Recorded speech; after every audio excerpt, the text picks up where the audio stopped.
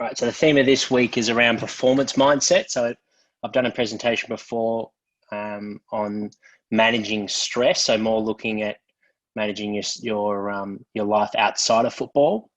This is more specific to mental preparation for sports performance, for football performance. So it's a little bit different to stress management.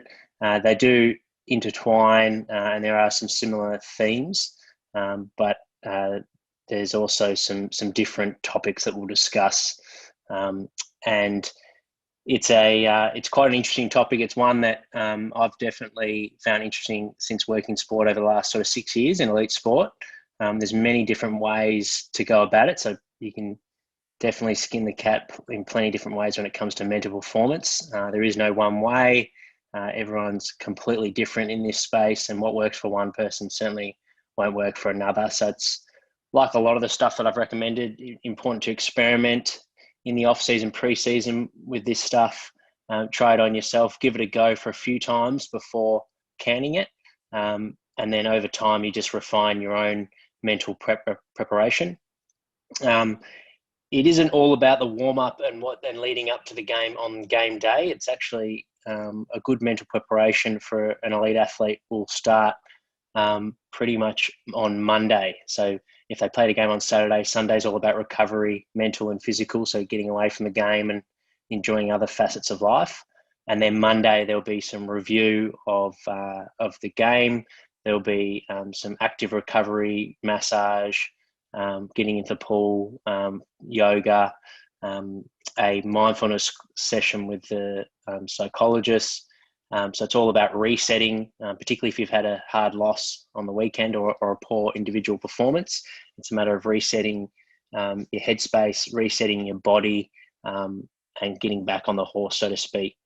Because football is such a long competitive year, you really have to go week by week in your mental preparation. You don't want to think too far ahead, otherwise you sort of catch yourself being distracted. So it's all about resetting on Monday and then allowing for a good quality session on Tuesday. So Monday is quite a good indicator from a performance point of view on how we're going to go, on what the energy is like for the group, and also as an individual to focus on making sure you're getting that reset right.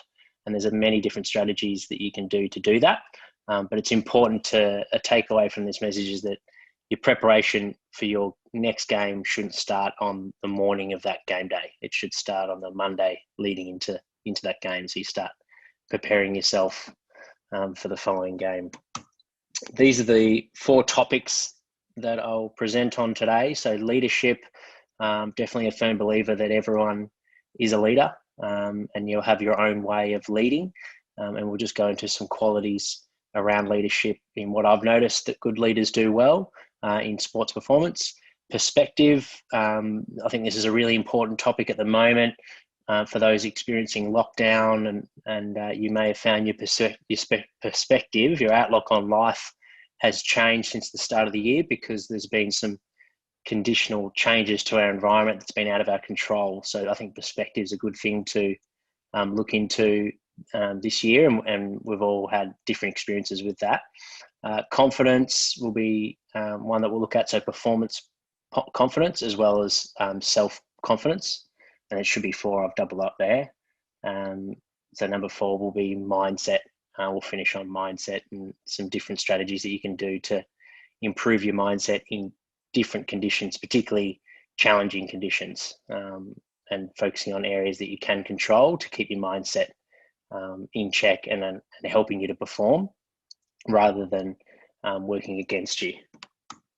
So starting with leadership, a big topic at the moment, and I saw the Resilience Project, which for those that are on social media, if you're interested in this space, vulnerability, check out the Resilience Project. We were lucky enough to have one of the guys work with the Hawthorn Football Club over the last year, and we did some work with the Resilience Project.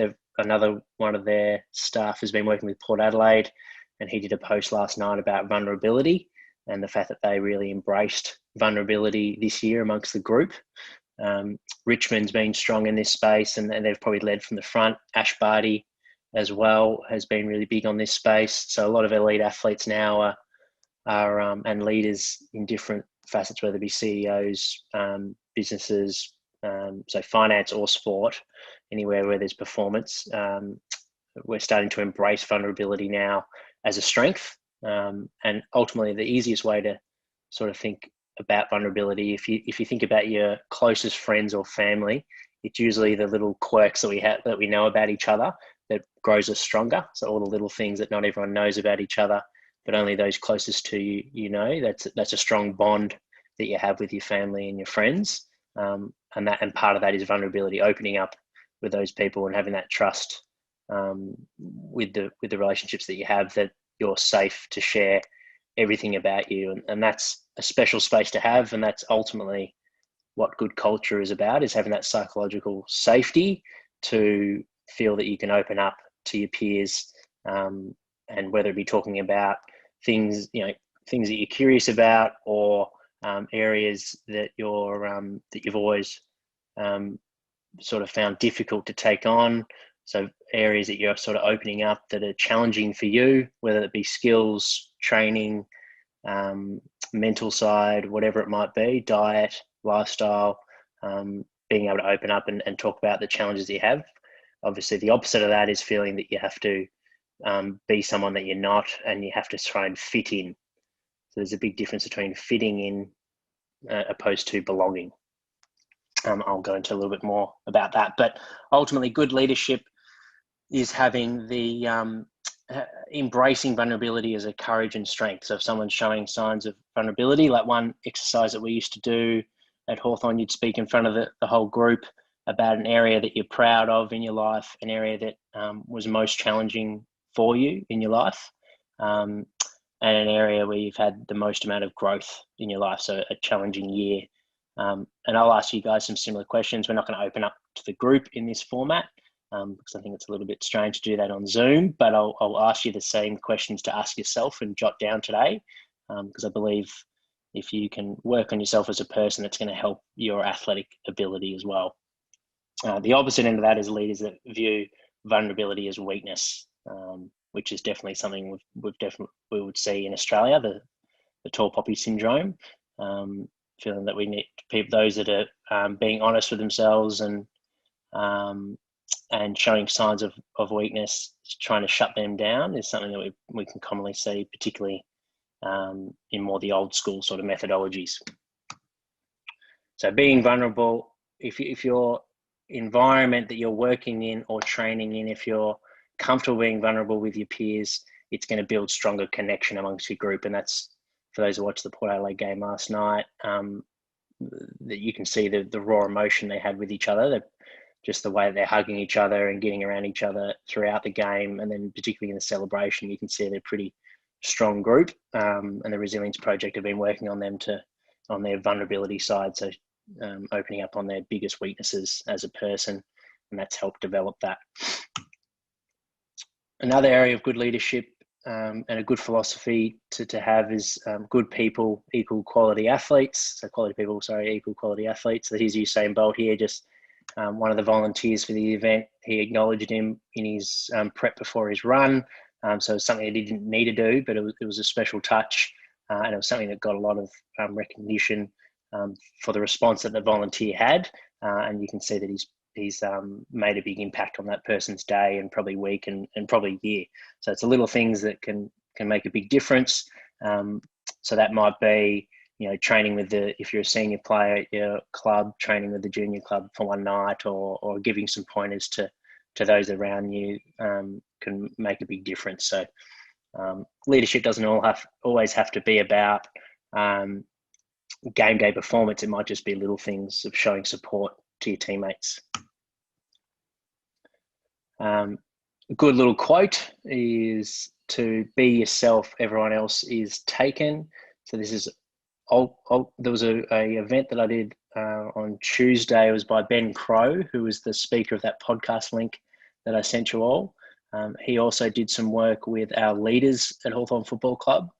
And he has worked with Richmond, he's worked with Ash Barty, he's worked with Andre Agassi. So he's worked with either CEOs of big businesses or high performers in sport. And this is an element that he talks about a lot. It's embracing who you are, and that's going to give you your biggest competitive edge. Where if you're trying to be someone else, you're not going to be your stronger self, and you're not going to have your best confidence week after week. So focusing on being yourself every day and being comfortable with that, and really knowing that you are enough is a really strong message to have on yourself. And if you're kind to yourself, you're probably going to be kind to others. So that's on leadership. So a couple of just key areas there. And then perspective. So one psychiatrist and a neurologist that has plenty of quotes, and I'll just add in a few to help our awareness around perspective. Viktor Frankl, who was an Austrian who survived the Holocaust, which would be an incredibly challenging thing to go through as a Holocaust prisoner. He survived it and then worked with a lot of patients post that experience.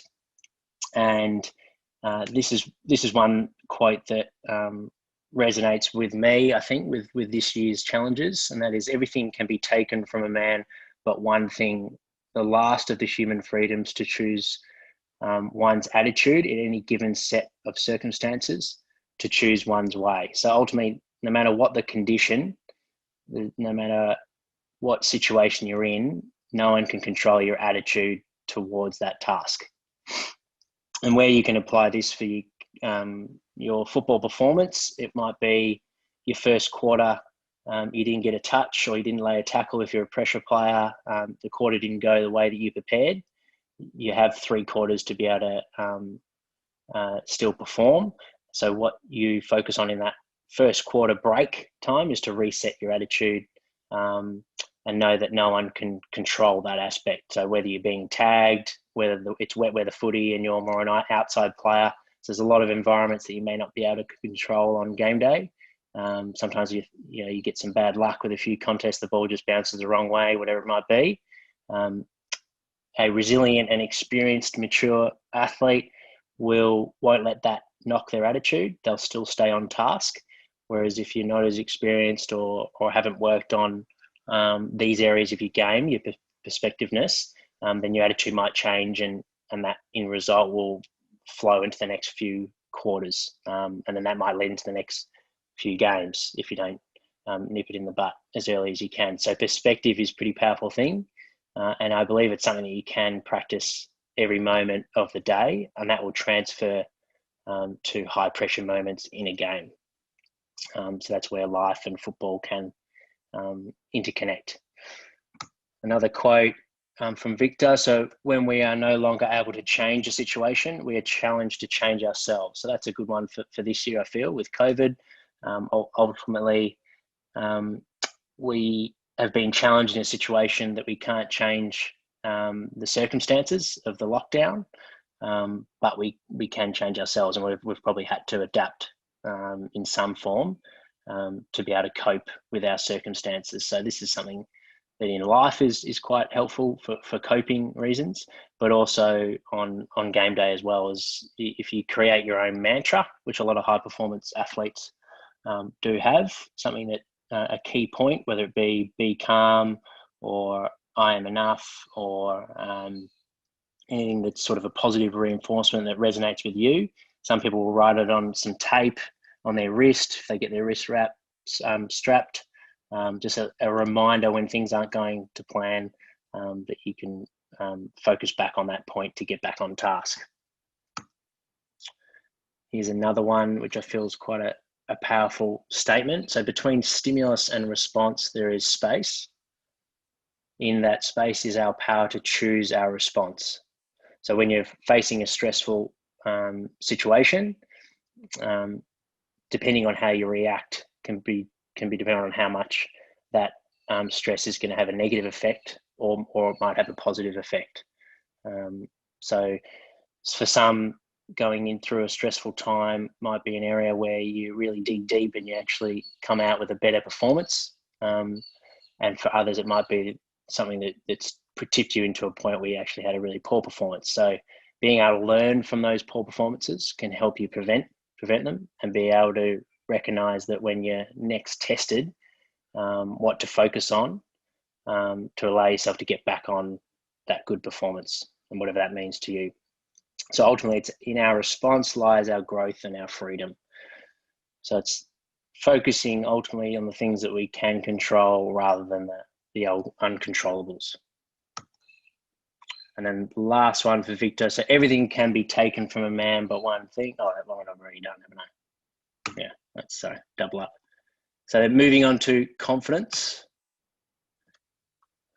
So performance confidence, one thing that we'll commonly see, and I've spoken to a lot of psychologists around this, as well as mentors. So like Ben Crow, for those that listen to the podcast, he's big on this topic, and that is the human race more than ever. We are quite hard on ourselves, and we're very critical.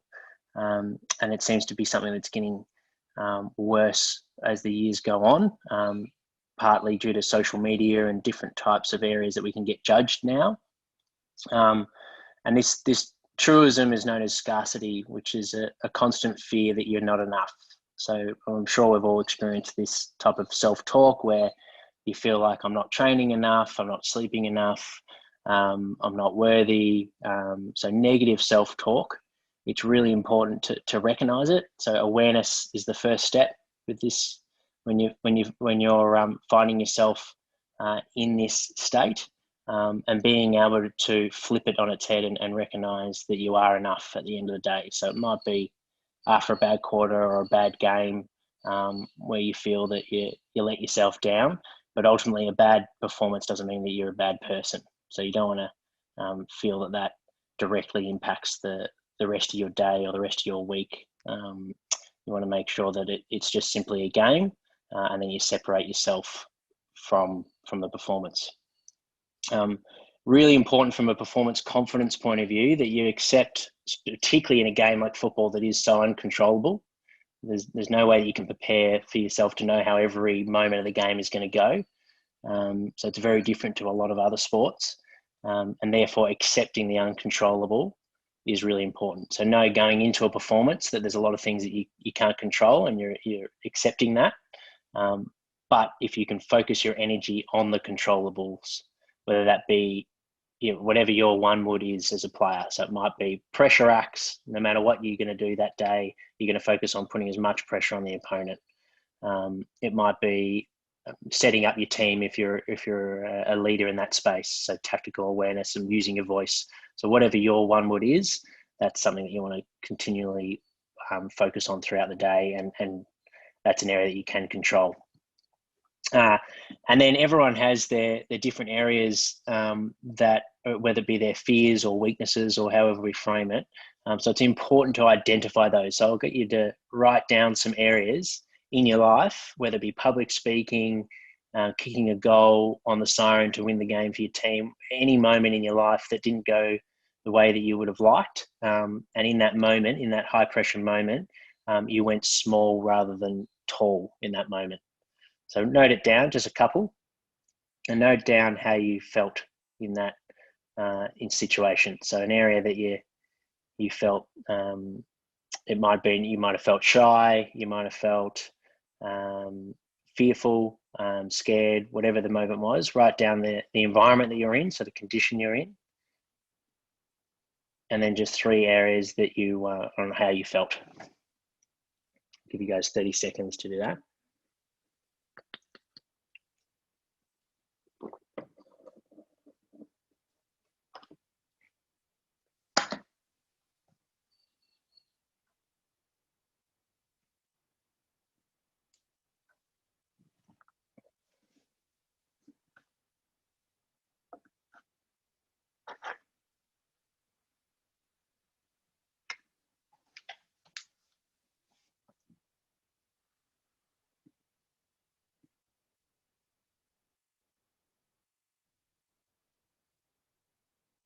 Okay, and now the flip side, what's an area when you're in the zone, so you're in full flight, you're playing the best football that you can imagine, so you're having one of the best quarters or best games you've ever played, and you're completely in the zone.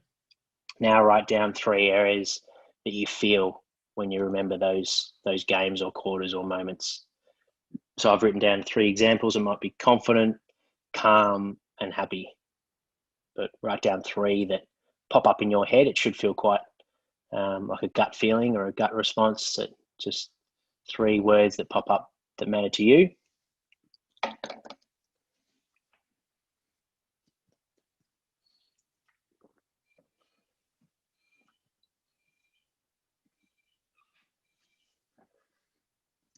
Okay, so moving into the next elements, this is known as self-confidence. And it's having a greater understanding of ourself. And an example of this is an analogy of like an onion when we're peeling back the layers. So the first layer might be your upbringing, so being a city slicker or growing up in the country, so the environment that you had in your upbringing. And the next layer might be your personality, so you're a confident, sociable, sort of more extroverted type personality, or more you're someone that really likes to be outdoors. You love nature, animals, whatever your sort of love and personality traits would be on the next layer. Then your deeper layer there might be your weaknesses or things that are uncomfortable towards you. So that might be big social groups. It might be meeting new people. It could be trying new activities. So getting out of your comfort zone. So areas that you feel are uncomfortable to you. And then to your core, it's those that are closest to you and your love. So family, friends, might be football.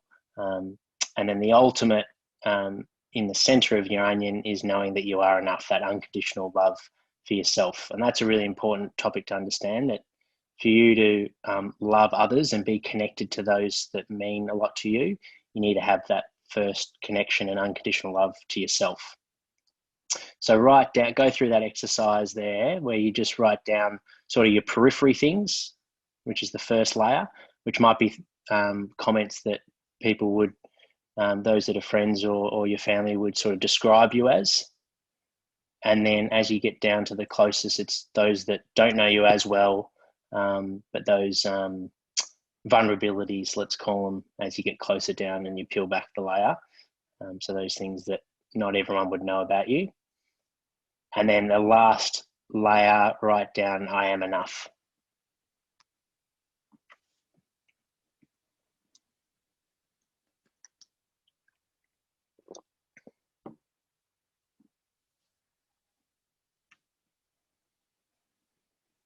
And having a strong understanding of yourself will help with your confidence and help with knowing that no matter what situation you're in, being you is the best thing that you can do in that environment, to belong in that environment. You don't need to change who you are to try and fit in. It's more that you just be yourself and be your best version of yourself, and you will belong if that place is a good fit.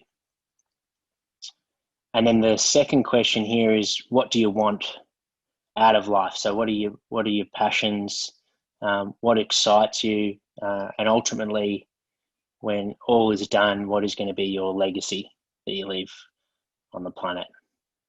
So these are 3 obviously quite challenging questions, but write down, what are you passionate about? So all things that are your passions, all things that excite you, so things that you love to do, and your legacy. What's something that people will sort of say about you when your life is done on this planet? I'll give you guys 30 seconds to write down.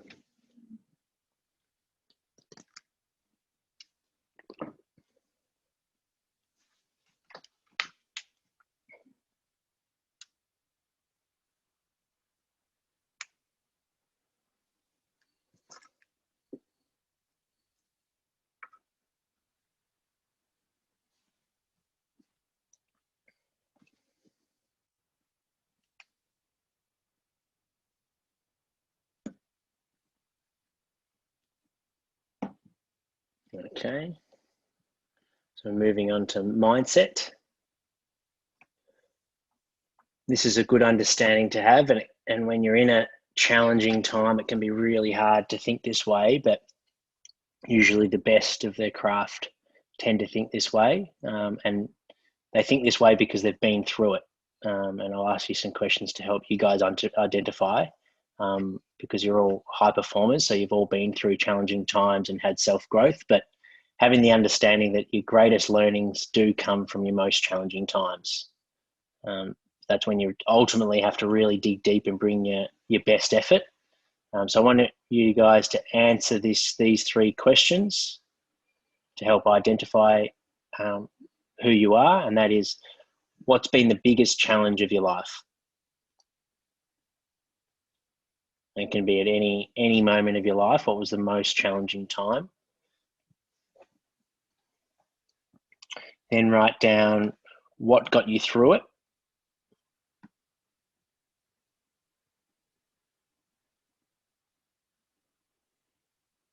So it might be that you have an optimistic, half glass is full type of approach.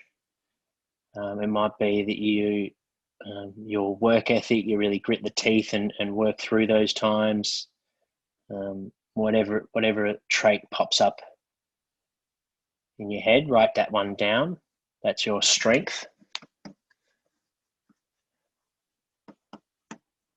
And then just write down a few words. What does that strength mean to you? So define your strength when things get tough. How do you respond?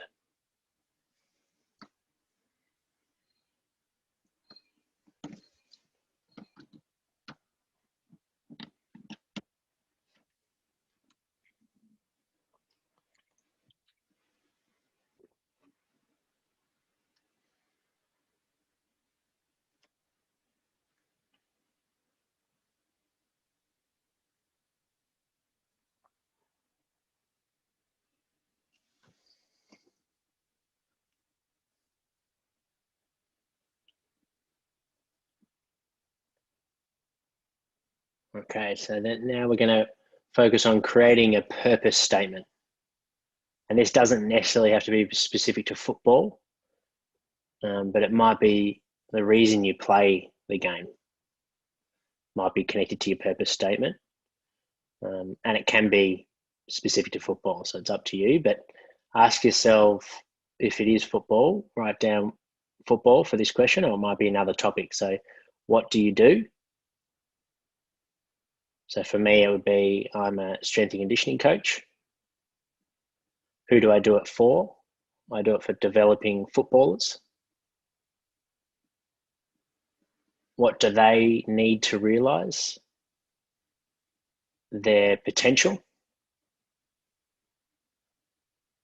And how do they change? Usually through physical strength and conditioning development, i.e. improve with 2.2 time trial, improve with mental preparation, lifestyle, eating better foods, looking after their body. So go through that exercise there. And then ultimately at the end, you'll have a purpose statement where you'll have one line, which is your purpose statement, which is, I am a strength and conditioning coach. I do it for developing footballers that need to realise their full potential, and they change their athletic development.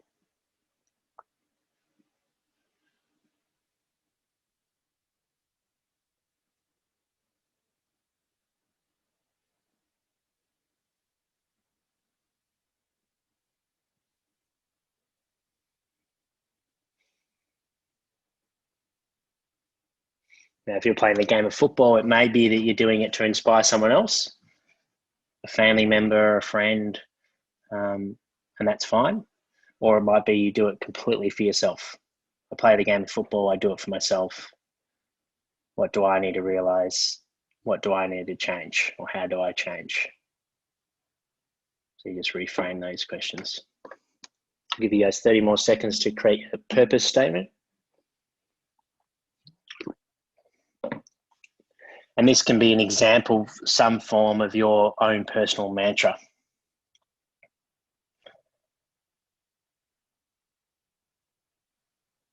Which just will help you during those really challenging games where things aren't going your way to focus back on your mantra, to keep yourself in check and keep your attitude focusing on the controllables.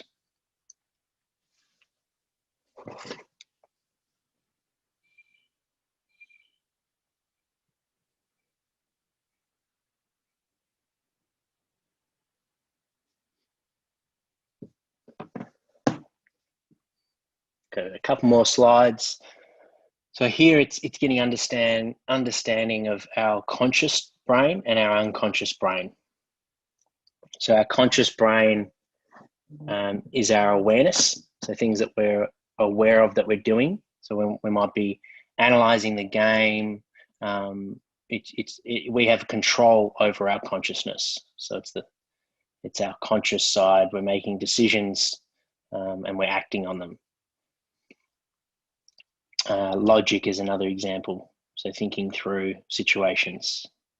Then we've got our unconscious side of our brain, which is 10 times more powerful than our conscious.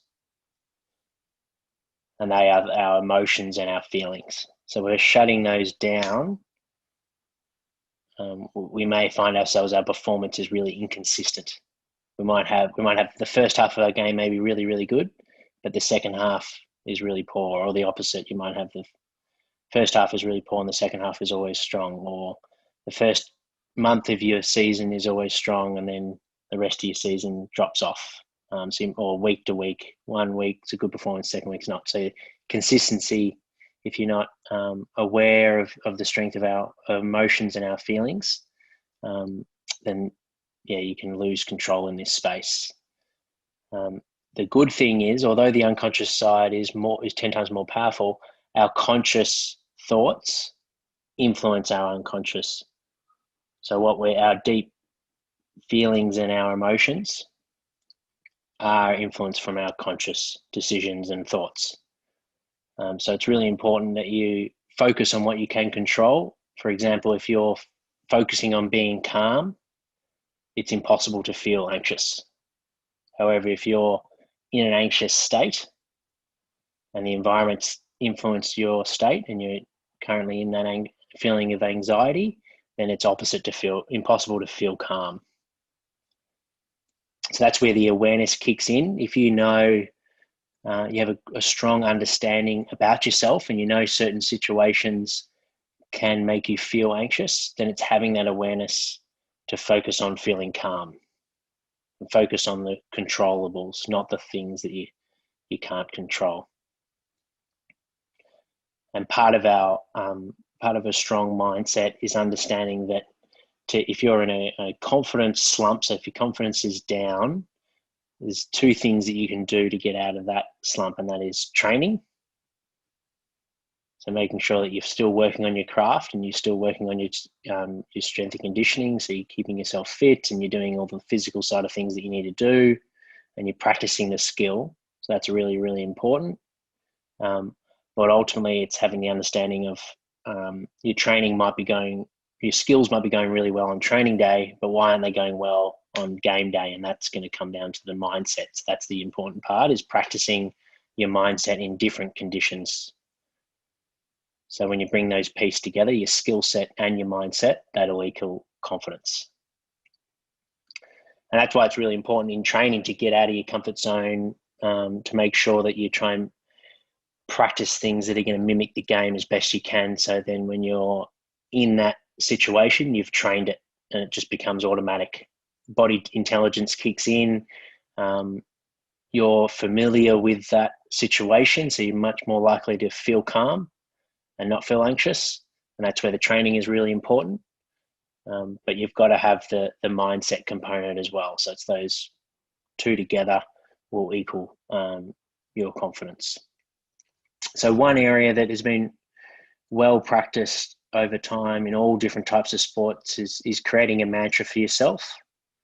And it doesn't need to be long-winded, a sentence. It can be just a matter of a couple of words. And whether you have that written down somewhere on your body, or you've got it in your head and it's an area that you just remember when you're noticing. So your awareness is noticing that you're starting to go into a state that you don't want to, like feeling anxious or feeling down about your performance, overanalyzing your performance, it's important to notice it and then make a change. Focus on being calm. So think of that time where you were, performance where you felt you went small, or you got angry, you lashed out. You might have gone in your shell and you went completely silent. So think back at that moment, that early in the presentation, and try and write down an area, a mantra that you're going to next focus when you're in that situation, which is training your mindset.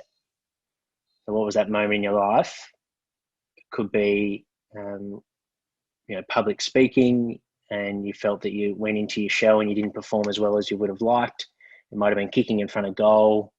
Whatever the pressure moment, the pressure got the better of yourself, write down that moment. And right next to it, what's a mantra that you're going to focus on to help you go tall in that when you're next faced in that situation.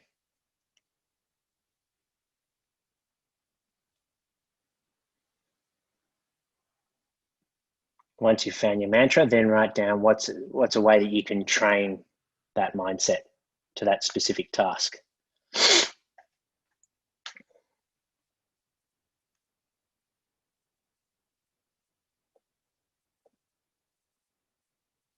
And that's it, guys. So here's our summary for the 4 different areas that I covered today. So leadership, really important. You must first seek to understand yourself before you can help others.